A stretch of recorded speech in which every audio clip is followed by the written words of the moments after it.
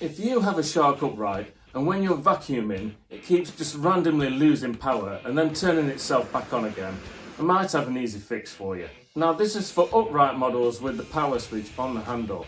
When you're vacuuming, it will keep going off and randomly losing power like this.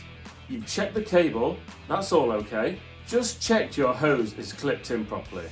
It even says on it to make sure it's clipped in properly. However, I've had 2 customers in the last month that have had a wasted journey to me just because their hose wasn't clipped in properly.